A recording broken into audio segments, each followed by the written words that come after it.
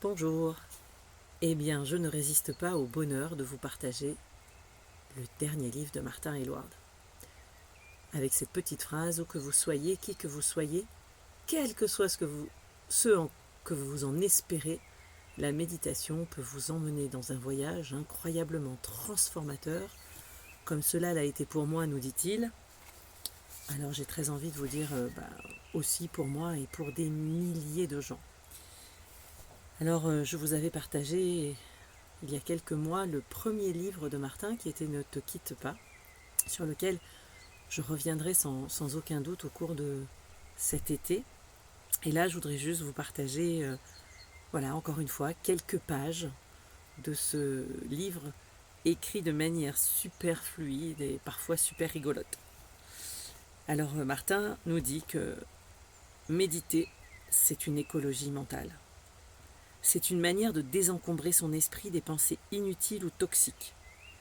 Et avec un peu d'entraînement, il nous est possible d'aborder le flot de nos pensées avec plus d'aisance, moins d'effort et de contrôle. On peut alors repérer quelles sont nos habitudes mentales qui nourrissent et celles qui nous fatiguent. Méditer régulièrement nous allège de cette fameuse charge mentale qui accélère et stresse notre quotidien. Nous pouvons alors ralentir, ressentir, profiter de notre vie plutôt que la laisser filer. Lorsque l'on parle de la méditation comme d'un entraînement mental, on pense souvent qu'il faudrait contrôler le flot de ses pensées, comme si on devait et qu'on pouvait réduire ou supprimer les pensées, l'agitation mentale et les distractions. C'est une vision erronée de la pratique. Cela me rappelle l'image d'un de mes enseignants, nous dit-il, il y a très longtemps. Il comparait le mental à un cheval sauvage qu'on souhaiterait domestiquer ou simplement calmer. Si l'on attache le cheval à un poteau, il se rebelle. Il saute, il tire, il force sur la corde, il essaie par tous les moyens de se libérer. Nos efforts pour contrôler le mental sont semblables. Essayez de forcer votre mental à rester immobile, attaché au poteau de votre respiration par exemple, et il fera tout pour vous échapper. Il est beaucoup plus efficace de donner de l'espace à votre cheval. Vous pouvez lui offrir une pâture où il peut manger, bouger, courir, être libre d'exprimer sa nature sauvage. Et pour le surveiller et le protéger, vous installerez juste une bonne clôture autour de sa pâture. La conscience, c'est la pâture. Un espace large et accueillant dans lequel nous pouvons laisser aller notre esprit. La clôture, c'est notre attention. Notre attention est vigilante et éveillée. Elle surveille ce mental sauvage. Elle le regarde courir tout en lui donnant assez d'espace pour s'exprimer.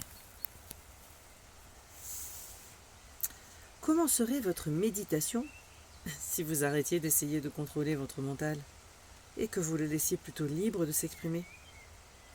Si vous laissez le cheval libre d'aller et venir dans une grande pâture, tôt ou tard il finira par se calmer tout seul. Il n'aura pas besoin de se rebeller, de tirer sur la corde, de faire des efforts. Il sera à l'aise. Sans le laisser nous entraîner loin, il est possible d'être simplement témoin des mouvements de l'esprit, avec un regard attentif, curieux et bienveillant, où il s'agit plutôt de laisser être au lieu de contrôler. Plutôt qu'essayer de contrôler ses pensées, nous pouvons apprendre par la méditation à les laisser être. Et puis il nous parle aussi de malbouffe mentale. Notre esprit est parfois gavé par le nombre incalculable d'informations qu'il reçoit. En consultant le flux de nos réseaux sociaux ou les actualités du monde, nous plongeons en quelques secondes dans un monde fait de conflits, de dangers, de catastrophes et de corruption. les êtres humains et leur conduite, l'urgence écologique et la situation économique, la peur, l'incertitude, les politiques dysfonctionnelles, la lenteur des avancées sociales, tout cela peut paraître écrasant. On peut avoir l'impression que le monde est dirigé par les conflits et l'avidité. Parmi toutes ces informations négatives, il y a parfois quelques résultats sportifs ou des vidéos de chatons pour nous remonter le moral. Il y a 10 ans, on avait l'habitude de lire le journal. Une fois par jour, tout au plus. Au petit déjeuner, dans les transports en commun ou bien au bar du coin en prenant un café. Mais de nos jours, avec Internet, les smartphones, les tablettes et l'accélération de la diffusion des informations, beaucoup d'entre nous se livrent à cette consommation médiatique plusieurs fois par jour. Alerte, notification, sonnerie, bandeau, bouton rouge. Quel est l'effet de toutes ces sollicitations ? Quel impact cela a-t-il sur votre mental, votre corps, votre système nerveux ? Les technologies d'aujourd'hui ne sont pas fondamentalement mauvaises, elles peuvent même être très utiles. Mais la manière dont nous les utilisons est révélatrice de la façon dont nous nous engageons dans le monde. Nous pouvons prendre conscience de notre tendance à accumuler, à remplir le vide, à consommer compulsivement. Cette compréhension nous aide alors à apprendre, à grandir, à cultiver une manière plus libre et plus sage d'être au monde. Lorsque les médias se disputent notre attention, ils cherchent des informations de plus en plus sensationnelles. Et s'il n'y a pas assez de vérité pour capter notre attention, alors on invente des fake news. L'affront, l'indignation et le dégoût rapportent beaucoup d'argent. Nous lisons et regardons les choses qui nous choquent. Nos clics génèrent des revenus. À qui et à quoi souhaitez-vous accorder votre attention ? La méditation peut être un excellent antidote face à nos impulsions technologiques. Elle nous reconnecte au monde immédiat, celui de nos sensations, de notre respiration, de la vie telle qu'elle se déroule, ici et maintenant.